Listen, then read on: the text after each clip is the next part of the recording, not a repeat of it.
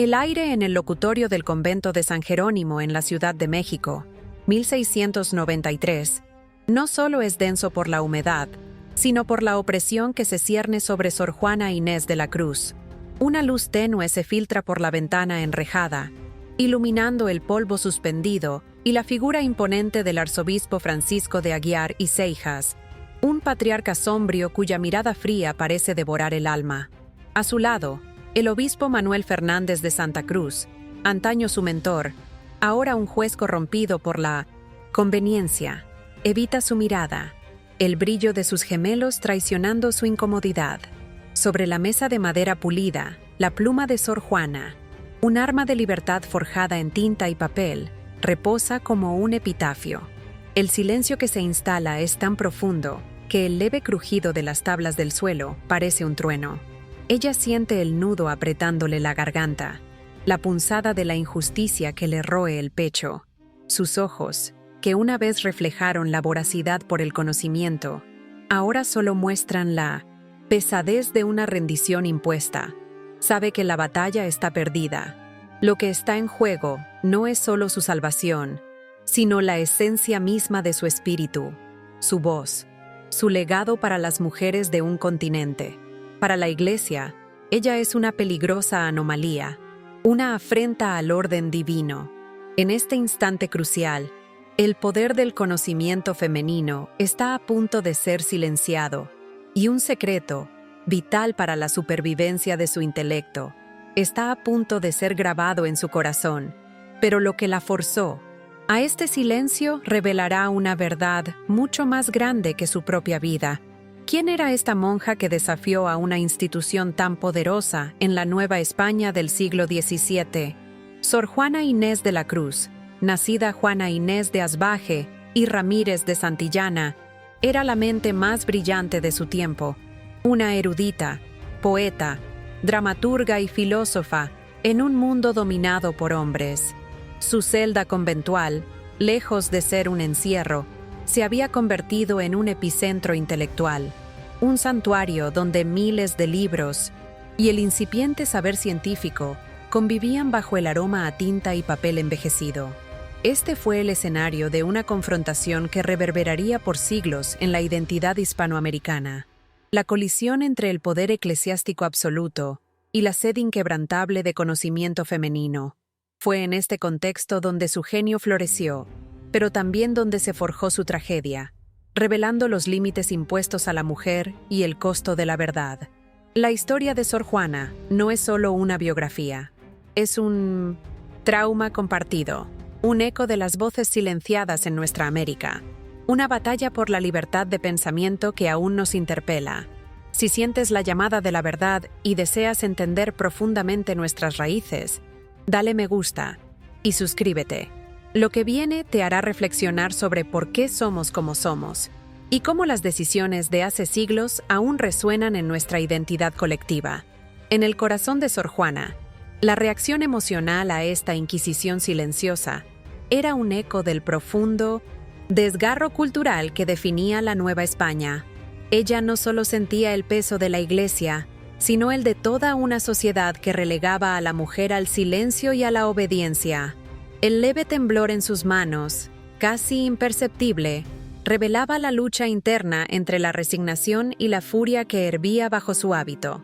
Para ella, el estudio no era un lujo, sino una necesidad vital, una forma de conectar con lo divino y lo humano, una expresión de una fe profunda pero crítica. El olor a cera de vela y el incienso quemado, que normalmente traían consuelo en el convento, ahora parecían sofocantes, marcando la atmósfera de un sacrificio inminente. La sociedad colonial, con su intrincada jerarquía de castas y su machismo arraigado, veía con recelo a cualquier mujer que osara trascender los roles impuestos. Sor Juana no era solo una monja, era un símbolo de una posibilidad negada, un faro de inteligencia en un océano de ignorancia forzada. Su lucha era la de muchas, pero su voz era única. El impacto cultural de su desafío, aunque silenciado en su momento, era una semilla que germinaría siglos después. Pero, ¿cómo una mujer, sola en un convento, logró acumular tanto poder intelectual y por qué, en el pináculo de su influencia, se vio forzada a abdicar de todo aquello que la definía? La respuesta reside en una intriga mucho más profunda que un simple desacuerdo teológico. La primera pista de esta verdad oculta no se encuentra en grandes batallas o manifiestos revolucionarios, sino en el sutil y peligroso juego de poder dentro de los muros del virreinato y la Iglesia. Sor Juana, la 10ª musa, no era una ermitaña. Su ingenio la había elevado a los círculos más influyentes de la corte virreinal. Sus obras eran celebradas por la élite, y los virreyes la protegían, viendo en ella un símbolo del esplendor cultural de la Nueva España.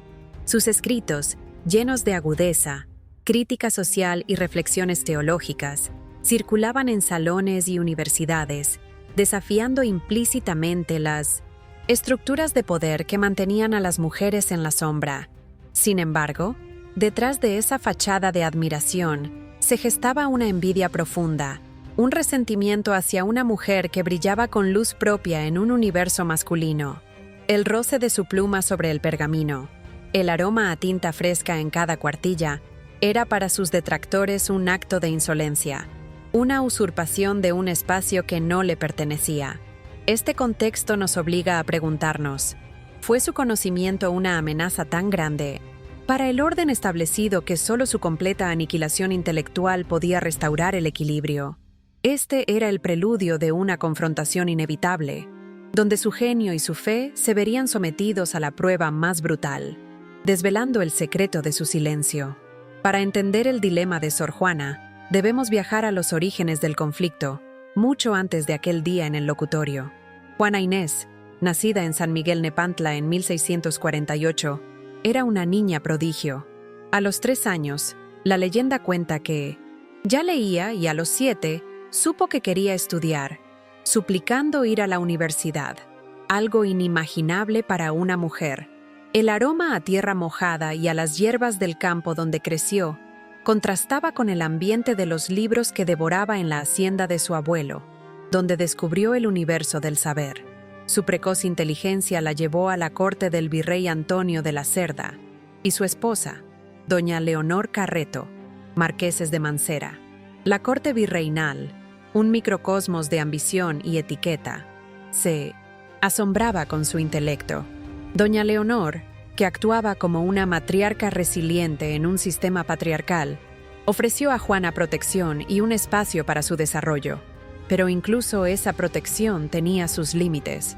La joven Juana, con sus vestidos de seda y su mente brillante, representaba una anomalía en una sociedad donde la educación femenina era un privilegio raro y mal visto. Sentía en la piel el escalofrío de una sociedad que la admiraba, pero al mismo tiempo la juzgaba. La tensión era palpable. ¿Cómo una mujer podía ser tan brillante sin ser una hereje, una bruja, o al menos una insolente? Este fue el primer acto de su inevitable confrontación con un mundo que no estaba preparado para su genio.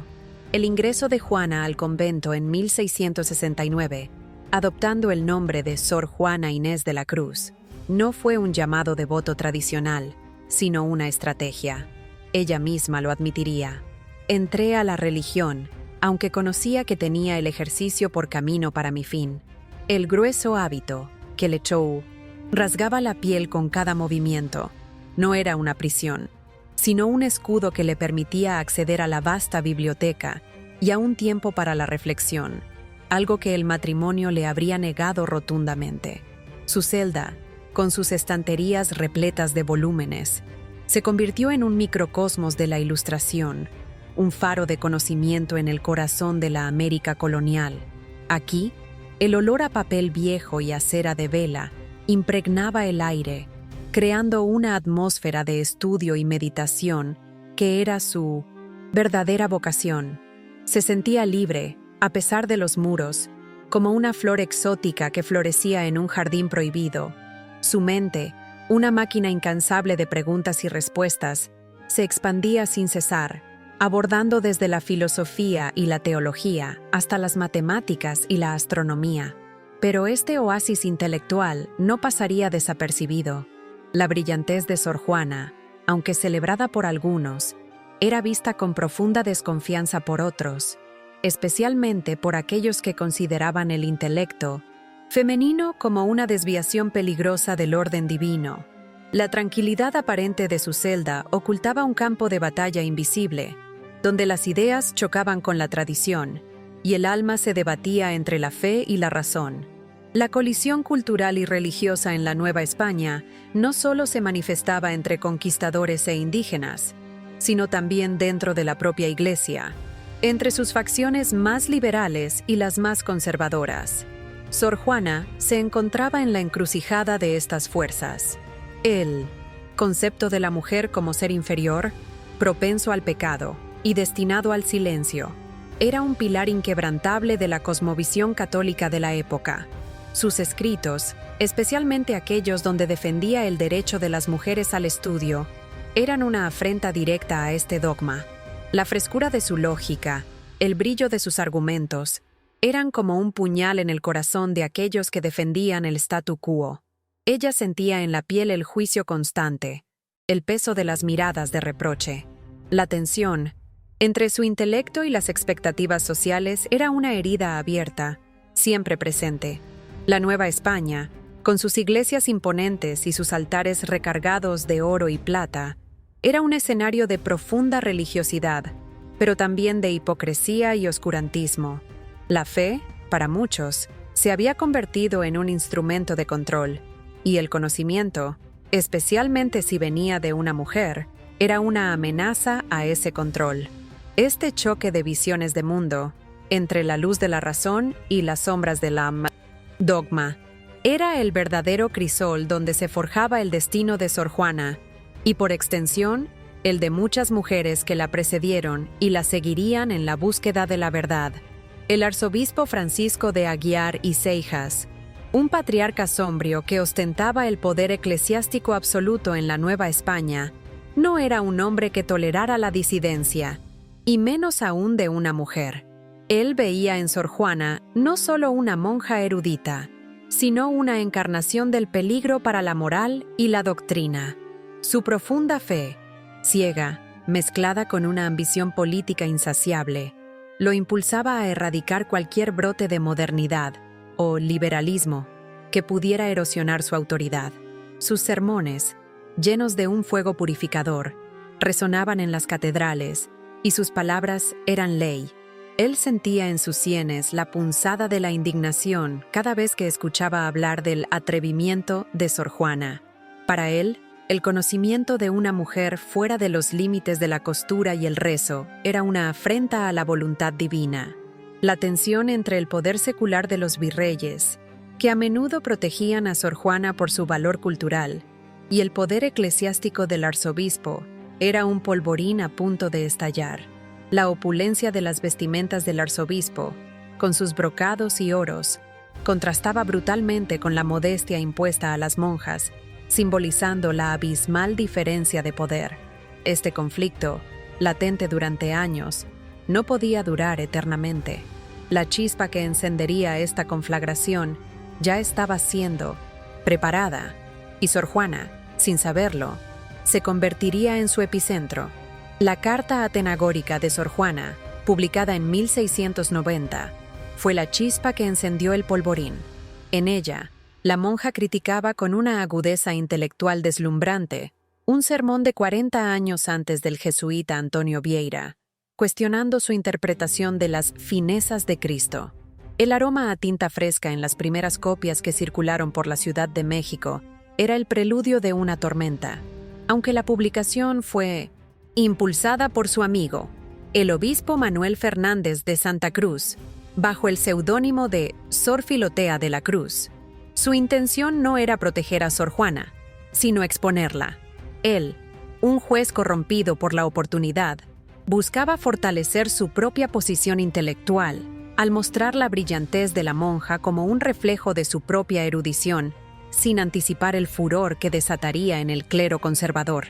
Sor Juana sintió una punzada de ansiedad al ver su crítica teológica expuesta al ojo público. Sabiendo que aquello que era una legítima discusión intelectual para un hombre sería considerado una insolencia y una herejía para una mujer.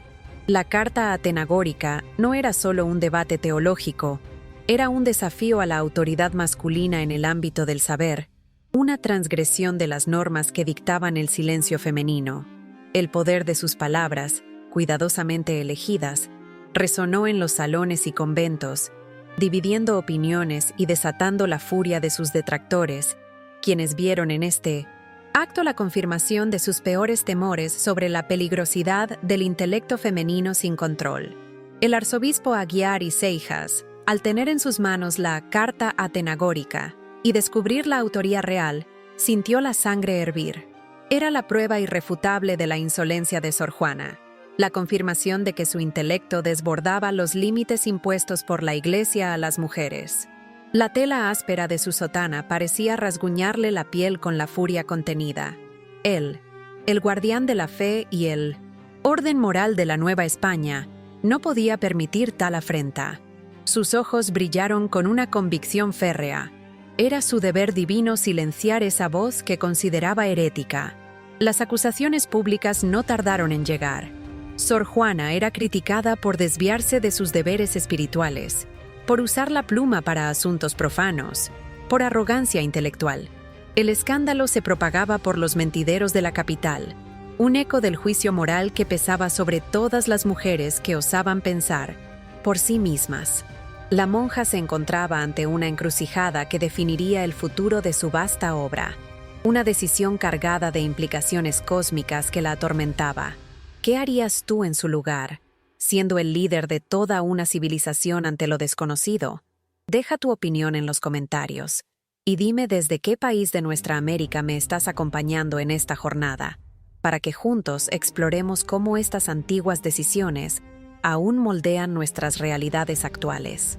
La campaña contra Sor Juana no era una simple reprimenda, era una estrategia de aniquilación intelectual. El arzobispo movilizó a sus aliados, clérigos conservadores que compartían su visión misógina del saber femenino. Se inició un proceso de acoso silencioso, donde las cartas y sermones anónimos, la presión sobre los protectores de Sor Juana y la manipulación de su entorno conventual creaban una atmósfera de asfixia. La sensación de ser observada, juzgada en cada palabra, en cada gesto, la acompañaba constantemente. El incienso que quemaba en la capilla, antes un bálsamo, ahora parecía oprimirle el pecho, anunciando una inmolación. No era solo la amenaza de la excomunión, que para una creyente profunda era un tormento insoportable, sino el miedo a ver su preciosa biblioteca, el alma de su existencia, profanada o destruida. Para una mente como la suya, perder los libros era perder la vida misma, la conexión con los sabios del pasado, el diálogo con las ideas que la nutrían. El costo de la Carta Atenagórica estaba siendo cobrado de la manera más cruel. Las tensiones culturales se ampliaban. ¿Podría la Iglesia en la Nueva España permitirse una voz tan disonante, tan crítica, tan peligrosamente inteligente? La respuesta se revelaría en un acto de renuncia forzada, un sacrificio que sellaría un secreto. El asedio a Sor Juana se intensificó.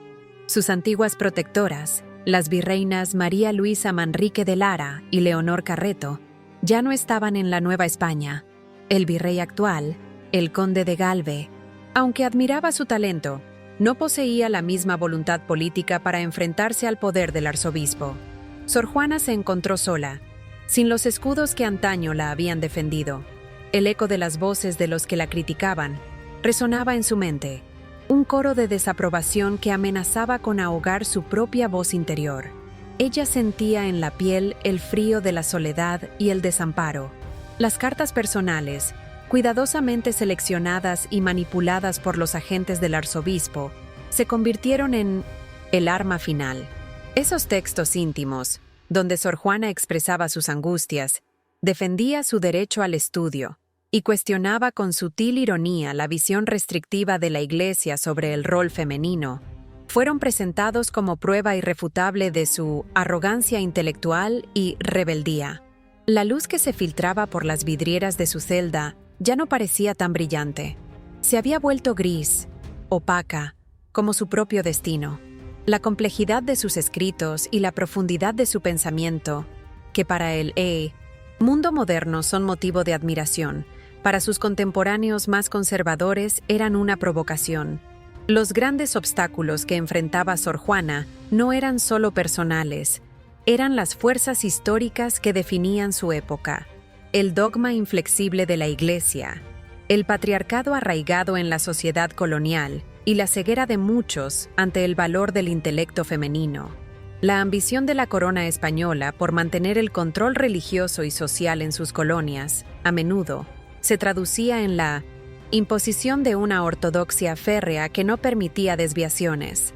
Los dogmas de la Contrarreforma, aún vigentes, veían con recelo cualquier pensamiento que pudiera interpretarse como herético.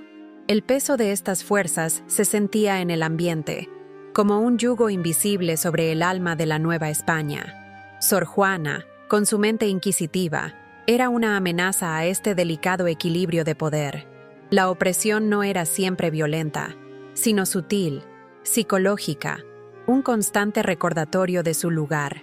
Sentía en el estómago el malestar de la injusticia, pero sabía que no podía luchar contra molinos de viento.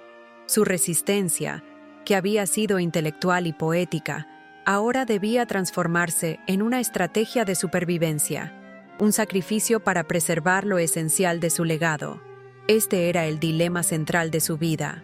¿Cómo mantener viva la llama del conocimiento cuando el mundo te exigía apagarla? La jornada interna de Sor Juana, en esos años finales, fue un calvario de dilemas morales y decisiones difíciles. Ella, que había creído encontrar en el convento la libertad para pensar, se veía ahora prisionera de los mismos muros que la habían acogido. ¿Debía luchar hasta el final, arriesgando su alma y la destrucción total de su obra? ¿O debía ceder, sacrificando su voz a cambio de preservar al menos una parte de su legado?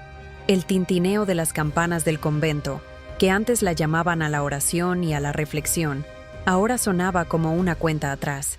Sentía el corazón apesadumbrado, dividido, entre la lealtad a sus convicciones y la pragmática necesidad de sobrevivir. Fue una pequeña victoria, quizás, el hecho de que sus protectoras, las virreinas, hubieran asegurado la publicación de sus obras completas en España antes del colapso final en la Nueva España. Pero la derrota en su tierra era inminente. Esta compleja danza entre la resistencia y la rendición nos revela la verdadera naturaleza de Sor Juana. No una mártir ingenua, sino una estratega inteligente que, ante la imposibilidad de la victoria frontal, optó por una forma más sutil de resistencia, una que aseguraría que su voz, aunque silenciada, no sería olvidada. La conversión de Sor Juana, como la llamó la Iglesia, fue en realidad un acto de profunda astucia y sacrificio. Los virreyes y la corte, al ver el implacable avance del arzobispo Aguiar y Seijas, se retiraron, dejando a Sor Juana sin apoyo. El temor a la excomunión, una condena al infierno eterno para una persona de fe profunda, era un arma formidable en manos de la Iglesia. Las paredes de su celda, que antes le habían ofrecido un refugio, ahora parecían cerrarse sobre ella. Sentía un escalofrío que le recorría la espalda al pensar en la posibilidad de la condena eterna. En ese momento de extrema presión, sus elecciones no eran entre el bien y el mal, sino entre dos males mayores: la aniquilación total de su ser intelectual o la sumisión forzada para preservar su alma y quizás la memoria de su obra. Esta decisión, desgarradora y solitaria, revela la inmensa fortaleza de su espíritu. No fue una claudicación por debilidad, sino una estrategia para asegurar que la llama del conocimiento no se apagara por completo, esperando un tiempo más propicio para su resurgimiento. Este dilema existencial, el de sacrificar una parte de uno mismo para salvar lo esencial, es una verdad universal que resuena profundamente en la experiencia humana. Las pequeñas victorias de Sor Juana, como la publicación de su obra en el extranjero, fueron eclipsadas por la brutal derrota en casa. Su decisión, que muchos vieron como una conversión o un acto de humildad, fue, en realidad, un testimonio de su aguda inteligencia y de su pragmatismo.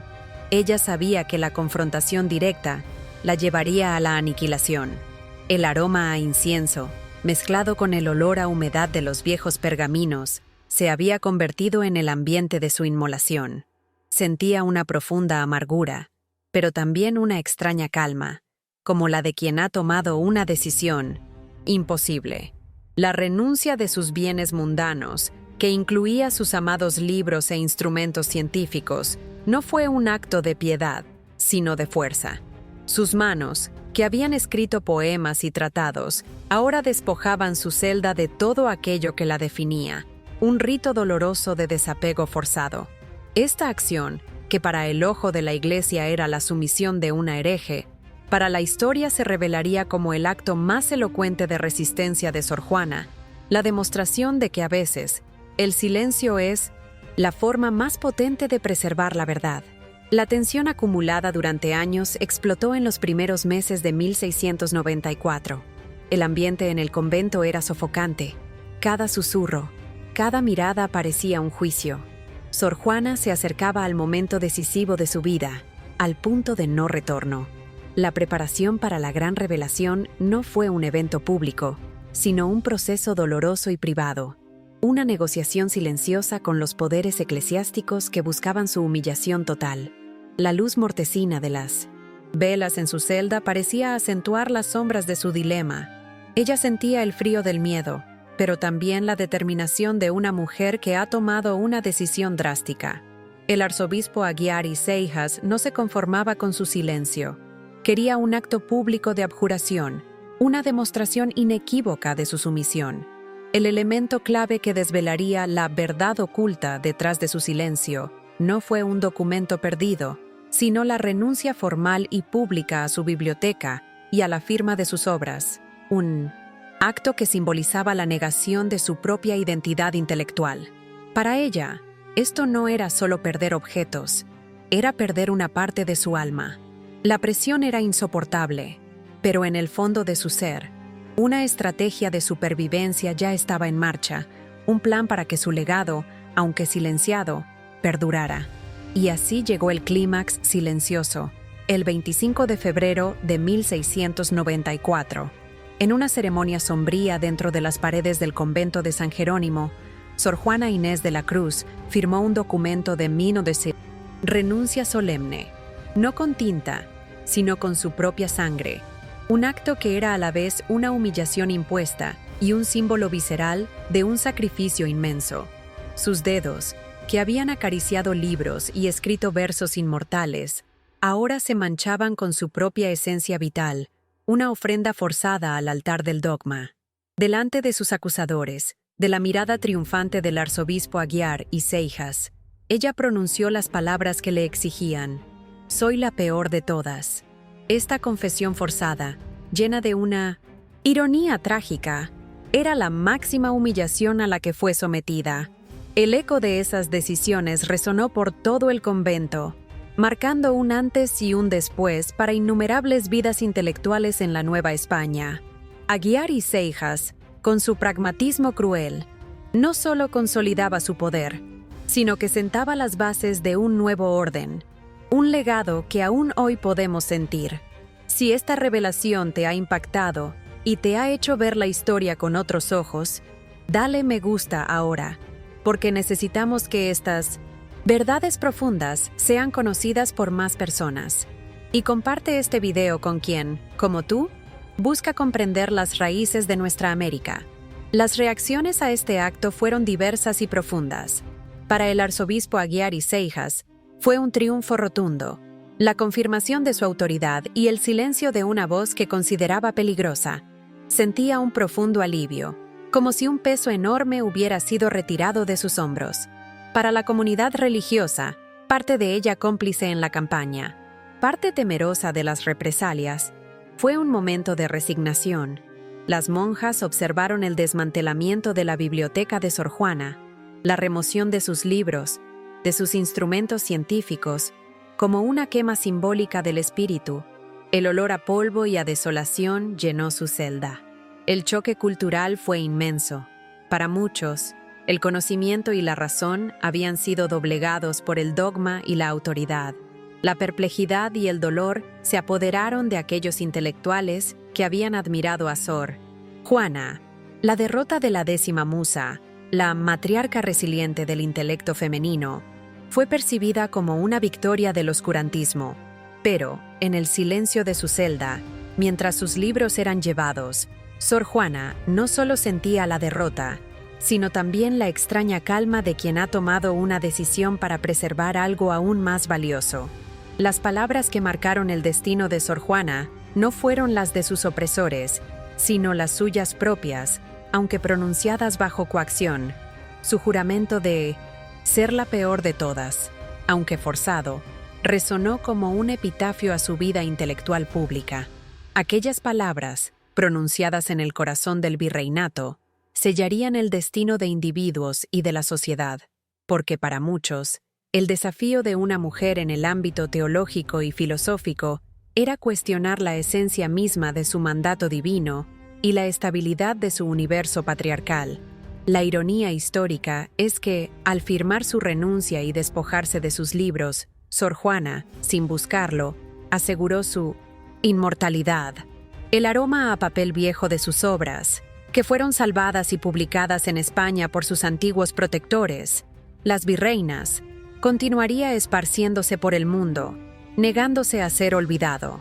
Sentía un sabor amargo en la boca al ver sus posesiones intelectuales desaparecer, pero también la esperanza de que, un día, esas mismas palabras que le habían sido arrebatadas hablarían más fuerte que cualquier silencio impuesto.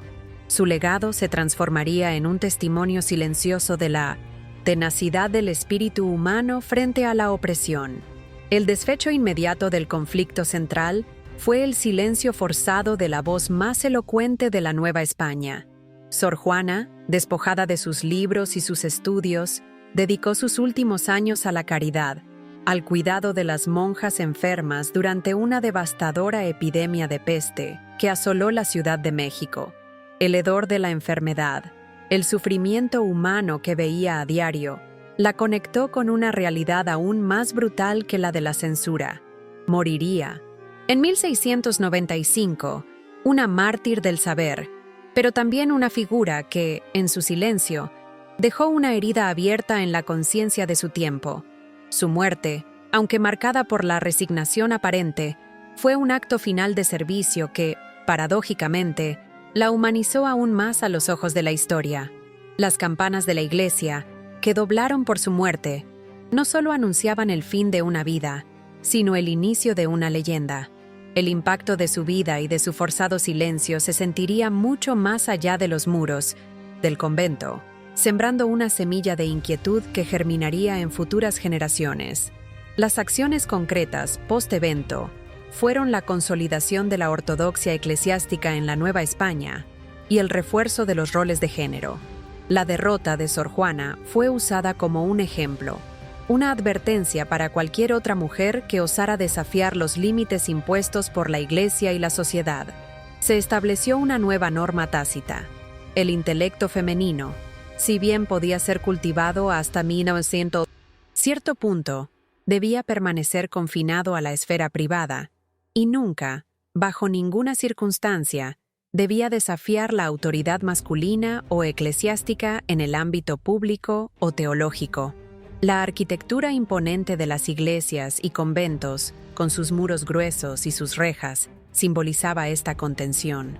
El olor a incienso, antes una expresión de fe, ahora parecía impregnado de la supresión de la libertad de pensamiento.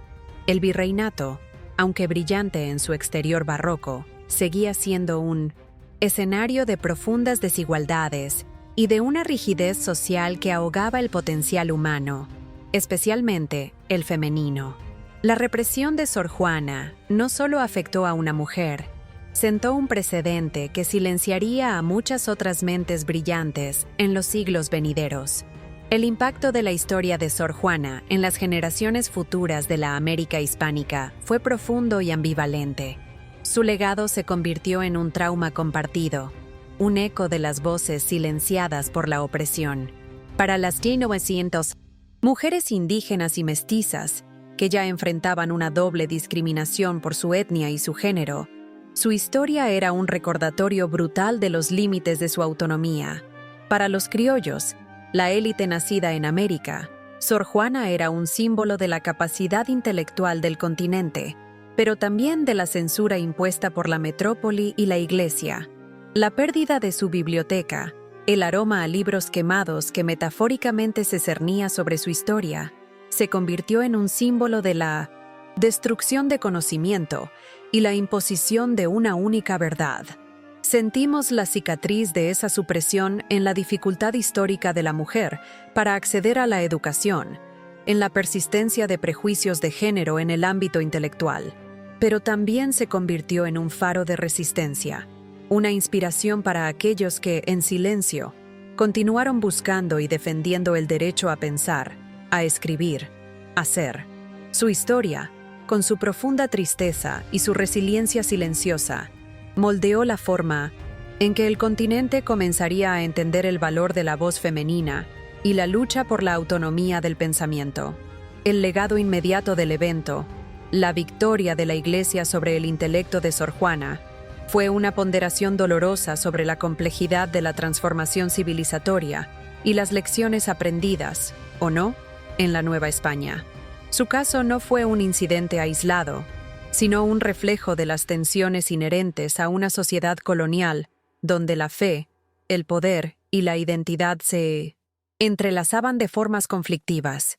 La riqueza de las descripciones en sus poemas, los detalles de la vida conventual y cortesana que ella plasmó en sus obras, se convirtieron en un testamento de un mundo que, aunque la censuró, también la necesitó. La verdad oculta de su silencio no era una simple abjuración de fe, sino una estrategia dolorosa para que su luz no se apagara por completo, una semillita de conocimiento que esperaría el momento propicio para germinar. El peso de esta historia, la tensión entre la obediencia y la búsqueda de la verdad, se siente aún en la cultura hispanoamericana, en la forma en que lidiamos con la autoridad, con la religión, con el rol de la mujer. Su historia es una lección de resiliencia, de la persistencia del espíritu humano ante las adversidades más grandes.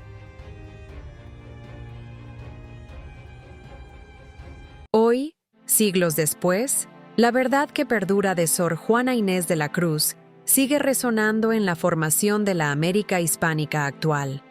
El silencio que le fue impuesto no logró borrar su voz, solo la hizo más potente, más mística. Sus obras, recuperadas y celebradas, son un faro de la inteligencia y la capacidad femenina que trascendió las barreras de su tiempo. El trauma compartido de la censura, del conocimiento reprimido, de la mujer silenciada, es parte de nuestro ADN cultural. Un recordatorio constante de las batallas que aún se libran por la libertad de pensamiento y la igualdad de género. Sentimos en cada discusión sobre el rol de la mujer, en cada debate sobre la ciencia y la fe, el eco de su dilema. Su historia nos invita a reflexionar sobre la profunda y compleja relación entre el poder y el conocimiento, y cómo la identidad de nuestros pueblos latinos ha sido moldeada por estas luchas ancestrales.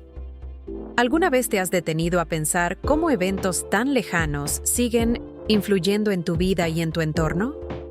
La figura de Sor Juana, la matriarca resiliente, que, en su aparente derrota, sembró las semillas de una futura emancipación, nos obliga a mirar el pasado con honestidad, a reconocer las heridas y a celebrar la persistencia del espíritu. Comparte tu reflexión en los comentarios, y si esta historia te ayudó a conectar mejor con nuestras raíces, compártela con otros latinos